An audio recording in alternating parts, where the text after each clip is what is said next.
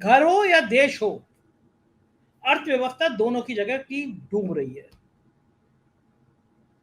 750 से रुपए से ज्यादा महंगा देखते देखते सिलेंडर हो गया है।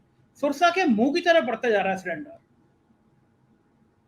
नेताओं के खर्चे, नेताओं के सुविधाएं उतनी दुगनी, दिन दुगनी रात चौगनी तरीके से बढ़ रही है। नेताओं की तनख्वाहें बढ़ रही हैं, उनके संसाधन बढ़ रहे हैं। दिल्ली में हजारों करोड़ रुपए से नई पार्लियामेंट बनाई जा रही है। हमारे प्राइम मिनिस्टर के लिए हजारों करोड़ का जहाज खरीदा जा रहा है। नेताओं की संपत्ति ऐसे बढ़ रही है जैसे मतलब गुब्बारा फूट रहा हो। करोड़ों सैकड़ों करोड़ रुपए के नेता अमीर होते जा रहे हैं। और गरीब हमारा ननकू, गांव में खेत पे काम करने वाला रही, मजदूर, किसान, तरस आ रहा है कि वो बेचारा इसी बात से जी रहा है कि उसको 2 वक्त का कम से कम अनाज तो मिल जा रहा है, इसके अलावा करे क्या। बच्चा बीमार हो जाए तो अस्पताल नहीं है, अस्पताल है तो डॉक्टर नहीं है, डॉक्टर है तो दवाई नहीं है। आज किसी ने ट्वीट किया कि लखनऊ के पीजीआई में जो टेस्ट होते थे, उन टेस्ट में रेट 50% बढ़ गए हैं। महंगाई, कमर तोड़ महंगाई हो गई है। कौन शख्स है जिसने समझ लिया है कि ये मध्यम वर्गीय परिवार, ये गरीब लोग, ये हमारे गुलाम हैं। कौन है जिसने ये सोच लिया है कि इन मध्यम वर्गीय परिवारों को हम कुछ भी करते रहेंगे तो कोई फर्क ही नहीं पड़ेगा। आखिर कौन है वो तंत्र चलाने वाले लोग जिन्होंने आपकी जिंदगी नरक कर दी, और कौन सा है वो सिस्टम जो आम आदमी की जिंदगी और देश की अर्थव्यवस्था दोनों को चौपट कर रहा है। कहां रुकेगा ये। उत्तर प्रदेश के चुनाव से पहले मैंने खुद सुना, अमित शाह जी ने कहा था सबको मुफ्त में सिलेंडर दिया जाएगा, होली बहुत अच्छी मनेगी। होली तो दूसरी भी आ गई। मुफ्त वाला सिलेंडर तो पता नहीं है, लेकिन जो घर वाला सिलेंडर है वो बढ़ गया, रेट बढ़ गया उसका। जो मुफ्त में सिलेंडर उज्ज्वला योजना में दिए गए थे उसमें करोड़ों सिलेंडर ऐसे हैं जो सिर्फ एक वक्त यानी एक बार भरवा पाए लोग, सिलेंडर नहीं भरवा पा रहे हैं। देश का हाल ये है। तो क्या खेल है, क्या राजनीति है। क्यों आपको गुलाम समझ लिया है तंत्र ने, क्यों आपको नाकारा समझ लिया है सरकारों ने, क्यों समझ लिया है कि आप बंधुआ मजदूर हैं। आपके दिमाग में हिंदू मुसलमान का इंजेक्शन लगाया जाएगा और फिर आप सब भूल जाएंगे, महंगाई का तड़का भूल जाएंगे, अपने ऊपर अत्याचार भूल जाएंगे, शोषण भूल जाएंगे। बस मूल्य टाइट हो गए, ये डायलॉग आपको सुना दिया जाएगा। वो टाइट हो ना हो, हम और आप जरूर टाइट हो गए हैं। घरों में सब्जियों में कटौती हो गई है, 1 किलो की जगह 0.25 किलो लेने लगे हैं। मक्खन नहीं खा रहे हैं, घी का इस्तेमाल मध्यम वर्गीय परिवार नहीं कर पा रहा। पैदल चलने की आदत डाल रहा है या बस और ट्रेन में जा रहा है, अपनी गाड़ी चला नहीं पा रहा, ईएमआई नहीं दे पा रहा। किसानों के आत्महत्या करने की खबरें बढ़ रही हैं और जीडीपी पहले तिमाही में 13-14% से गिर के 4.4। ये आजादी का अमृत काल है। चलिए आज बात करते हैं इन परिस्थितियों पे देश के जाने माने पत्रकारों से, और उनसे भी पूछते हैं क्या महंगाई का दर्द उन्हें भी साल है।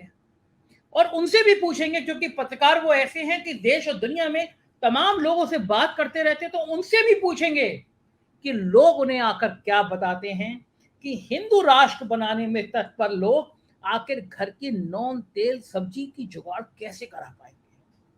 डॉक्टर अनिल जैन जी मेरे मित्र एक कह रहे थे कि कैसा आदमी हो। मैंने ट्वीट किया, उनका फोन आया, बोले कैसे व्यक्ति हो, मेरी सोसाइटी में रहते हैं, मेरे पड़ोस में रहते हैं। बोले राष्ट्र हित में आप क्या 50 रुपए महंगा सिलेंडर नहीं खरीद सकते।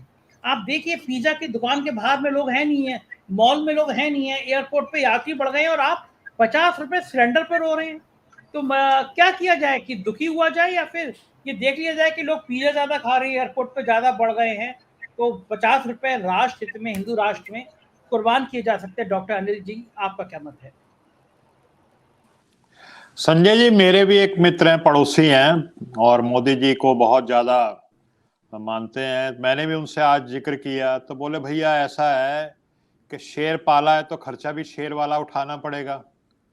तो अब इन लोगों का आप क्या एक्सप्लेनेशन दें, क्या कहें। लेकिन पिछले दिनों एक कवि की 4 लाइनें लिखी हुई मैंने पढ़ी थी और उसने लिखा था, झील पर पानी बरसता है हमारे देश में, झील पर पानी बरसता है हमारे देश में, दूध महंगा खून सस्ता है हमारे देश में। अब वजीरों, अफसरों और पागलों को छोड़कर, अब वजीरों, अफसरों और पागलों को छोड़कर ये बताओ कौन हंसता है हमारे देश में। तो क्या देश का बात जो आम, क्या बात है, बहुत अच्छी कविता है भाई। लास्ट जी लाइन फिर जी से जी, पढ़ाइए, एक बार फिर से पढ़ दीजिए मुझे प्लीज। झील पर पानी बरसता है हमारे देश में, दूध महंगा खून सस्ता है हमारे देश में। ये बताओ अब वजीरों, अफसरों और पागलों को छोड़कर ये बताओ कौन हंसता है हमारे देश में। वाह। तो कमाल है डॉक्टर साहब, कमाल है, कमाल है। शुक्रिया। मैंने नहीं लिखी, जिसने कवि लिखी उसको सलाम करता हूं मैं। तो पिछले दिनों आपने ये भी देखा कि नोटबंदी हुई और जो हमारी जो अर्थव्यवस्था या अर्थव्यवस्था की जो रेलगाड़ी पटरी पे दौड़ रही थी वो डिरेल हो गई। नोटबंदी हुई और फिर ये जीएसटी आ गई।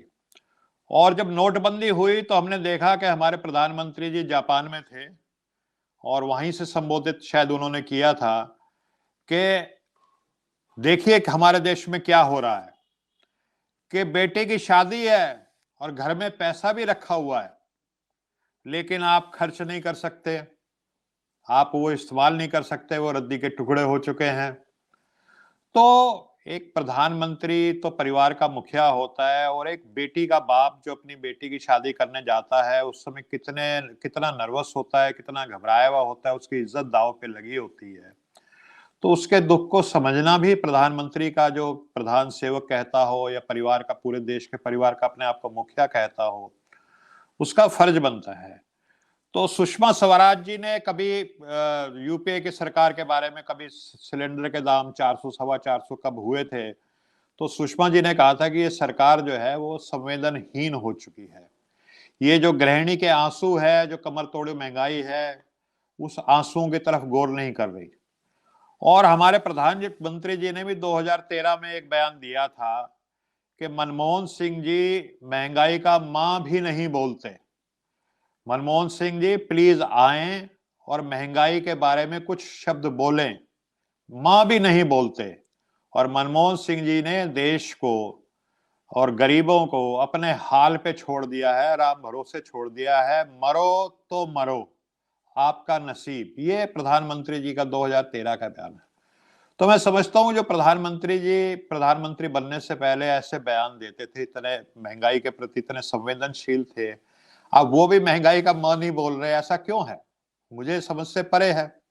और स्मृति ईरानी जी जो वो कहती थी कि गरीब का बच्चा भूखा है, व्याकुल है, चीख रहा है, उसकी चीख को सुना जाए, वो कहाँ है जो सर पे सिलेंडर लेकर के सड़क पे चला करती थी कि सिलेंडर का दाम 400 रुपए कर दिया। तो जिस तरह से इस संवेदनहीनता हो चुकी है, और देश हित में आप महंगाई को बर्दाश्त करो। देश हित में पेट्रोल जो था, जब आप 60 रुपए होता था तो आप चिल्लाते थे, लेकिन आज 100 के पार हो गया। सिलेंडर जो है वो 1100 के पार हो गया और आप उसको राष्ट्रवाद बता रहे हैं। तो संजय जी ये तो हम सबकी जिसको कहते हैं समझ से परे है। लेकिन एक अर्थव्यवस्था चलाने का जो तरीका होता है, जब नरसिम्हा राव जी ने देखा कि अर्थव्यवस्था ठीक नहीं है तो वो मनमोहन सिंह जैसे वित्त मंत्री को लेकर के आए। लेकिन आज आप आरबीआई का गवर्नर देखिए, उसकी क्या क्वालिफिकेशन है? वो एमए हिस्ट्री में है, उन्होंने कोई अर्थशास्त्र पढ़ा नहीं कभी। उसके बाद वो आईएएस अफसर बन आज गए। तो बिल गेट्स मिलने गया था सर आरबीआई के गवर्नर से, बिल गेट्स। नहीं, वो तो आरबीआई के गवर्नर से मिलने गया था, लेकिन बिल गेट्स किसी एमए हिस्ट्री वाले से मिलने नहीं जाता। लेकिन जब वो आरबीआई का गवर्नर बन जाएगा तो मिलने जाना पड़ेगा। तो कहने का तात्पर्य ये है कि हमारे देश में एक से एक अच्छे अर्थशास्त्री हैं, लेकिन उनकी परामर्श, उनका सलाह लें। सुब्रमण्यम स्वामी बार बार ट्वीट करते रह जाते हैं कि अर्थव्यवस्था को ठीक कीजिए। वो भी हार्वर्ड के प्रोफेसर रहे हैं इकोनॉमिक्स के, लेकिन पता नहीं क्यों हमारे जो मोदी जी हैं वो उनकी सलाह नहीं लेते। जी संजय जी, अभी तो मैं इतना ही कहना चाहूंगा।